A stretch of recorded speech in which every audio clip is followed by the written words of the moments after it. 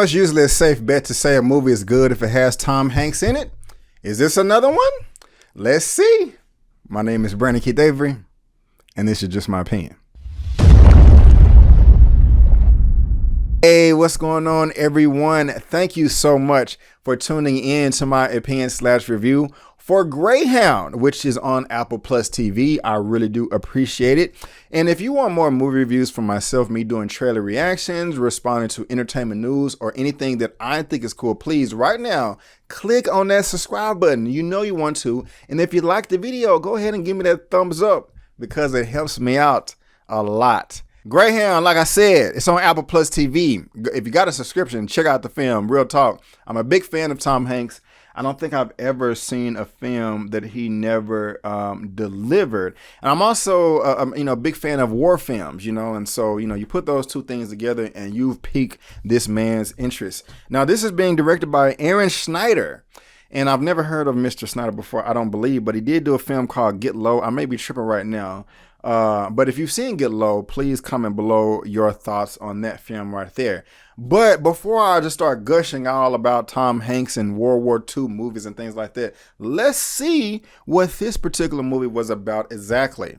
Based upon the novel The Good Shepherd by C.S. Forster, this is the thrilling story of the leader of an Allied convoy crossing the North Atlantic in 1942 as he faces relentless attack by a Nazi submarine wolf pack. God dang.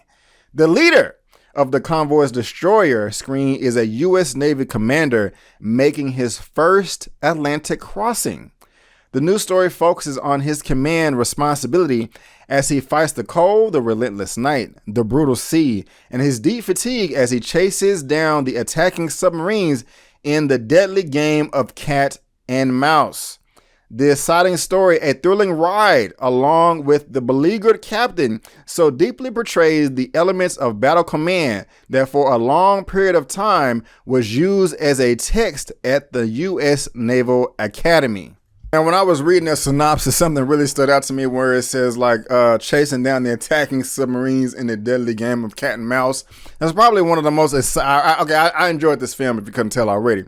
But that part right there was probably,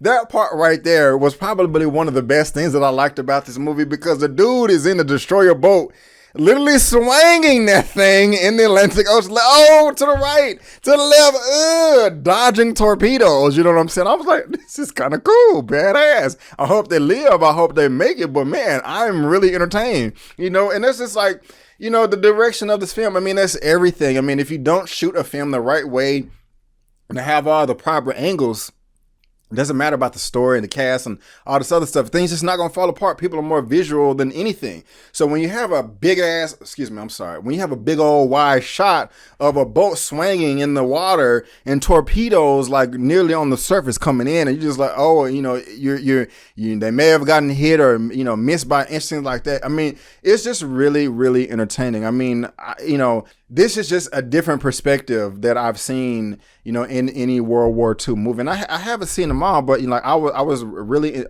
thrilled by this film and just seeing the battles and the battle strategies and like what it takes to win, to survive, to eliminate the threat. In this film, all of the characters on the destroyer, no matter if you're in the mess hall or you're the captain of the ship, every position matters, and that really did show, and something that I really did pick up is like, don't just shoot off the little things. I mean, just the small things, the small little gestures, are very important and can make or break your day. And, I like what they did with one of the gentlemen in the mess hall here. He was a brother, always trying to bring Tom Hanks' character, what's his name? Captain Cross, some food. And you saw the impact later on in this film. But just like, everybody working on a team in this destroyer boat, like everyone has a responsibility and everybody has to be on code and in sync and on the same page. And if you don't, you're dead. And so, the acting is coming through, especially with just Tom Hanks. He's inexperienced, and when he kills people, when he's commanding his fleet to kill the enemy, even though they're evil Nazis, you can tell that he really doesn't want to kill people. I mean, he just has no choice. I mean, he was back home just trying to, live a normal life and be with his woman or the woman that he loves ourselves, and just sometimes, you know, we can't do the things that we want to do. We have to do the things that we have to do. And you can see all of that in his face, all that in his performance. And we know that Tom Hanks can act that well. I mean, the guy's won like two Oscars, Forrest Gump, and I can't remember the other. But I mean, when you can just depict all of that, all the emotion from a blank stare, from a blank face, just from somebody just mentally drained because they're at war. I mean, that really does speak volumes. And it's just one of the greatest things, you know, in this movie is what, you know, that I love, that I appreciated. Another great thing about this film that was great was like the sound design and mixing. When you have these Nazi submarine wolf pack hunting the good guys down underwater, you know, every time a submarine would get kind of close to the surface, they use like it sounded like a whale or something like that. And not only did it sound cool, but it was it made it much easier to tell, you know, which ships were good and which ships were bad, because there was a shot or two where I really couldn't tell, and that was kind of like annoying to me. But, you know, it is something that I got over. But on top of that, something else that I really did just appreciate, just like I think I mentioned it, is just the strategies that either side used. Like, you know, okay, hey, they're a submarine and we want to attack this destroyer. If we get close enough to it, their cannons, the barrels of their guns are this long. So if they shoot, they're going to shoot past us. You know what I'm saying?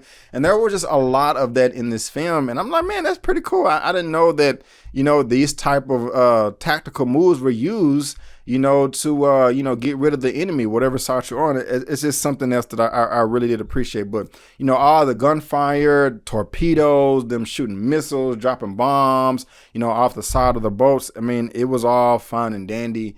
And it was really thrilling and pretty entertaining. And another great thing is this film just, it starts and it gets going. There's no waste of time. There's not a lot of lull time or anything like that. It's only 90 minutes long, and, you know, it gets the job done. So if you have the option to see this film, I strongly suggest you see it. It's a great film, not the best thing that I've seen in the world, you know, but it is entertaining and worth a viewing. It's just 90 minutes. So if I had to rate Greyhound out of a 1 out of 10, I would give this film an 8 out of 10. Yes, an 8 out of 10. But guys, that is just my opinion. Thank you so much for tuning in. I really do appreciate it. If you liked the video, like I said, please go ahead and give me the thumbs up, and also please subscribe to the channel. I want to reach my next milestone of 30,000 subscribers. I guess I got to make videos to do that. But also, guys, you can look on social media. Please follow me. It's right there at the bottom of your screen. But guys, again, I just want to thank you all so much for tuning in. I really do appreciate it from the bottom of my heart. And before you go, don't forget to always chase your dreams, because I'm chasing mine. My name is Brandon Keith Avery, and that's just my opinion. Peace.